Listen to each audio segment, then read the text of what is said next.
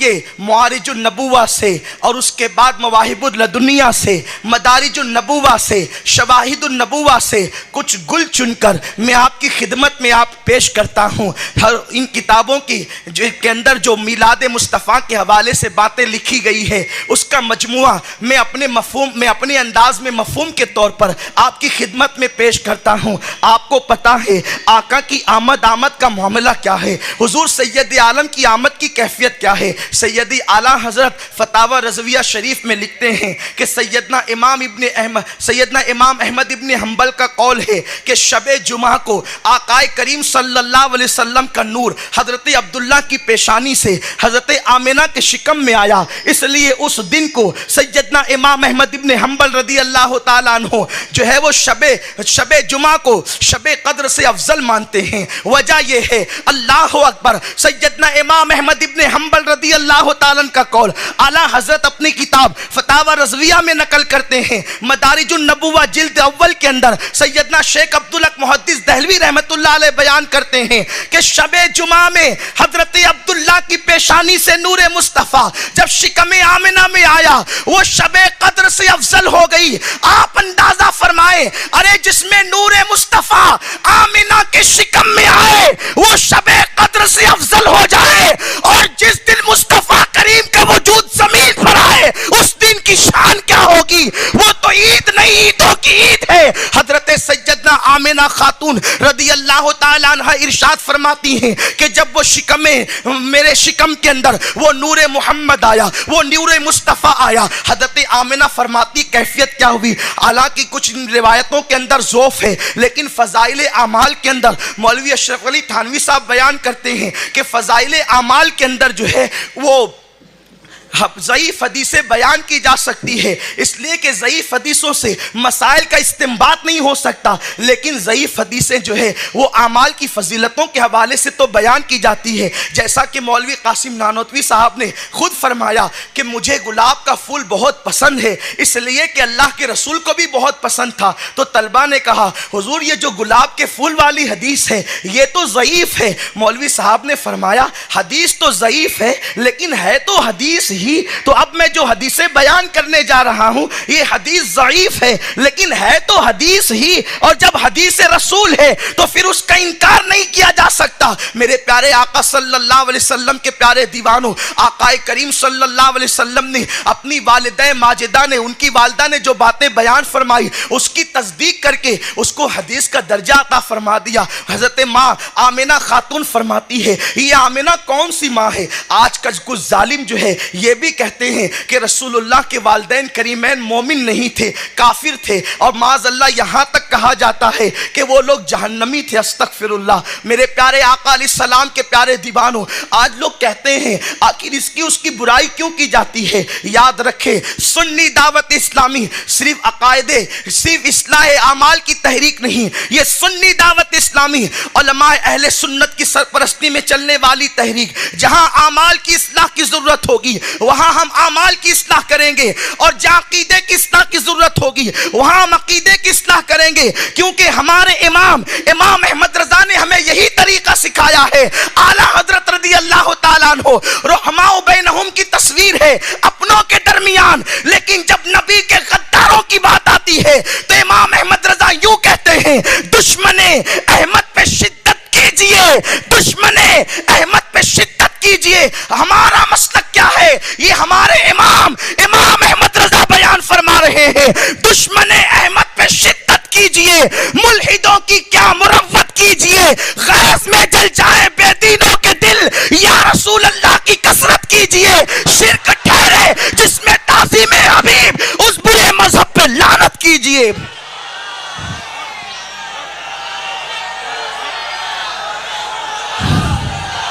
یہی سنی دعوت اسلامی کا موقف ہے، یہی سنی دعوت اسلامی کا مسلک ہے۔ ہم اصلاح اعمال بھی کرتے ہیں اور عقیدے کی اصلاح بھی کرتے ہیں۔ رسول اللہ کی والدہ حضرت سیدہ آمنہ خاتون فرماتی ہیں وہ کیا ماں تھی، قربان اس ماں کی شان کیا ہے۔ معارج النبوہ میں لکھا ہے حضرت عیسیٰ علیہ السلام ایک مرتبہ خطاب فرما رہے تھے، حضرت عیسیٰ کا خطاب ہو رہا تھا، ایک خاتون کھڑی ہوئی بڑھیا اور کہتی عیسیٰ تم کتنے اچھے ہو, تم سے اچھا انسان دنیا میں کون ہو سکتا ہے, اور تمہاری ماں کتنی اچھی ہے, تمہاری ماں سے اچھی ماں کس کی ہو سکتی ہے. اس وقت حضرت عیسیٰ علیہ السلام کی آنکھوں میں آنسو تھے اور ارشاد فرماتے ہیں بڑی بی یہ مت کہنا کہ میری ماں سے اچھی کس کی ماں ہے اور مجھ سے اچھا کون ہے. یاد رکھ تو مجھے اچھا تو کہہ سکتی ہے لیکن یہ نہیں کہہ سکتی کہ تم سے اچھا کون ہے. میری ماں کو اچھا تو کہہ سکتی ہے لیکن یہ نہیں کہہ سکتی کہ میری ماں سے اچھی کوئی ماں نہیں.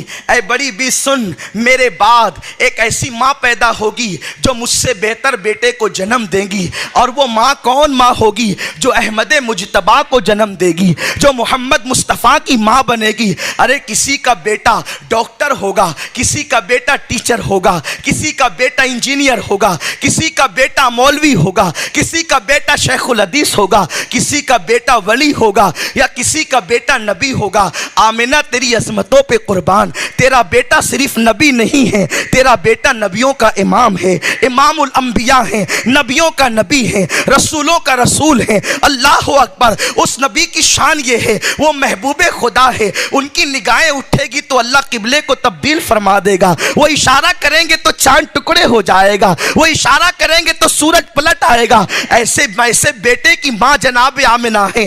آمنہ خاتون رضی اللہ تعالیٰ عنہ ارشاد فرماتی ہیں کہ جب وہ نور محمد میرے پیٹ میں آیا, میرے شکم میں آیا, حضرت آمنہ فرماتی ہے مجھے کوئی تکلیف نہیں ہوئی, البتہ مجھے پتا کیسے چلا کہ نور محمد میرے شکم میں آ گیا. حضرت آمنہ فرماتی ہے صبح کے وقت میں اٹھی, مجھے پانی بھرنا تھا. جب میں پانی بھرنے کے لیے اپنی ٹھلیا کو لے کر کے نکلی, ٹھلیا ایک مٹکی کو ٹھلیا کہتے ہیں, میں مٹکی کو لے کر کے نکلی, وہ مٹی کی ٹھلیا لے کر نکلی ہے. حضرت آمنہ خاتون فرماتی ہیں میں مکے کی زمین پر ریگزاروں پر قدم رکھتی ہوں تو وہ ریگزار میرے قدموں کے نیچے مثل موم کے نرم ہو جاتے ہیں اور ان سے آواز آتی ہے الصلاۃ والسلام علیک یا رسول اللہ. اس کے بعد میں درختوں کے قریب سے گزرتی ہوں تو درختوں سے آواز آتی ہے الصلاۃ والسلام علیک یا رسول اللہ. حضرت آمنہ خاتون فرماتی ہے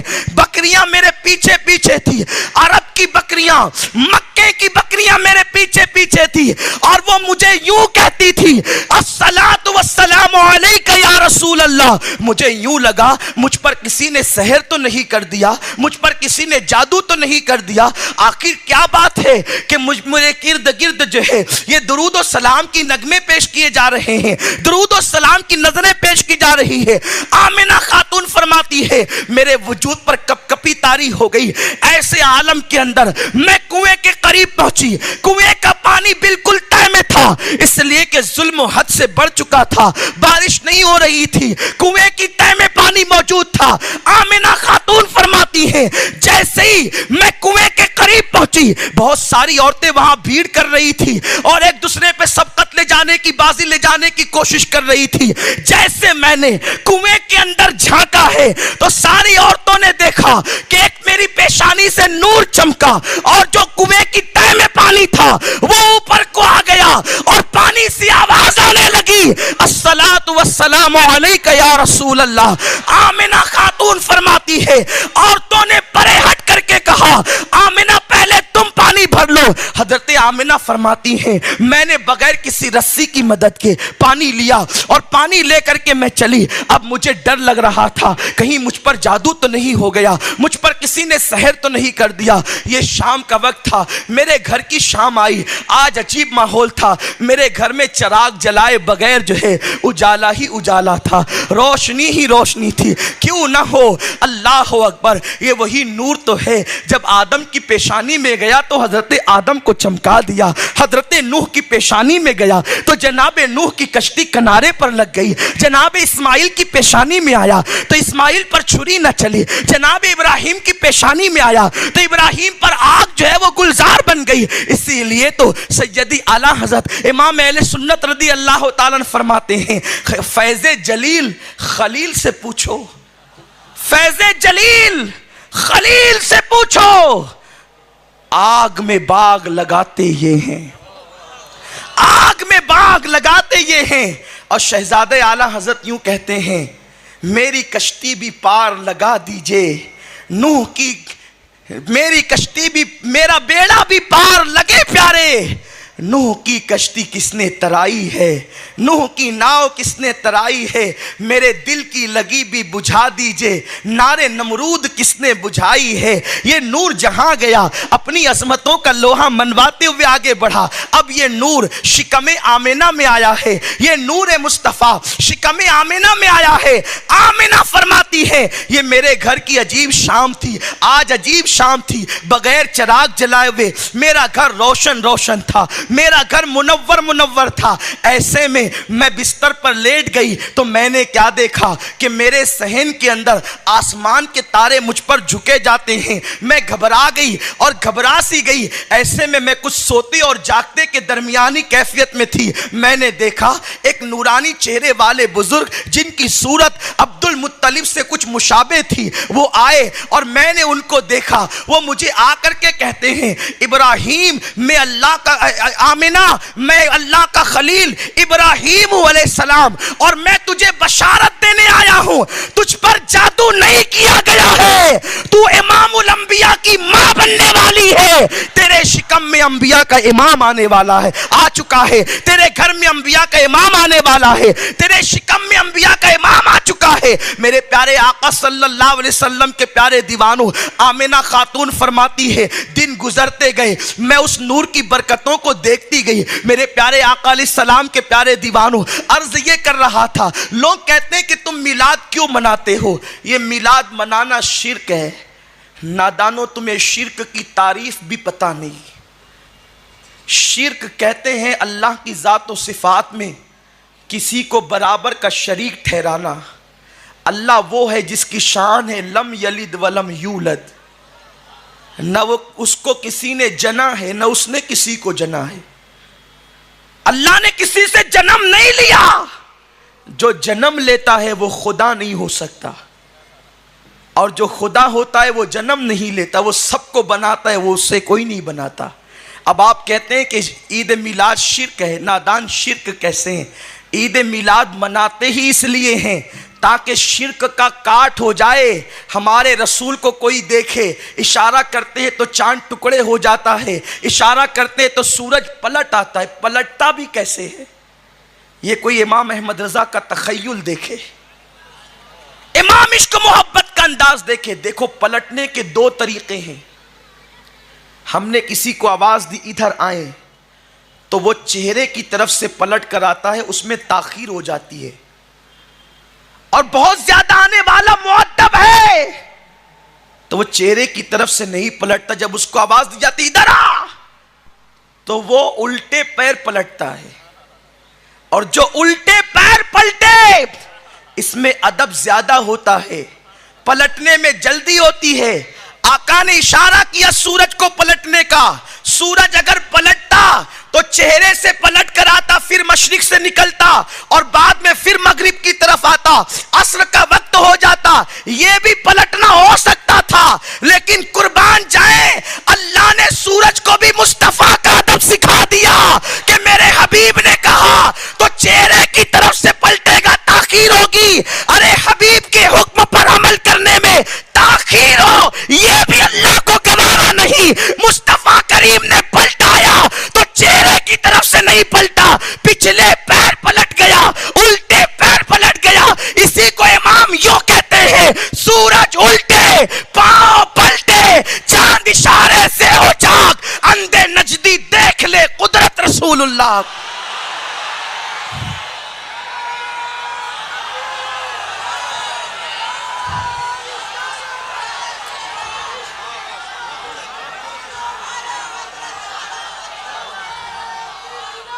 ارے جا کر پلٹنا یہ بے عزتی ہے۔ سورج کو رسول نے پلٹایا، اس نے یہ نہیں کہا کہ میری بے عزتی ہوگی پلٹنے میں، نبی کے لیے پلٹ گیا، بے عزتی گوارا کر لی۔ کیوں؟ نبی کے لیے ذلیل ہونا یہ ذلت نہیں ہے۔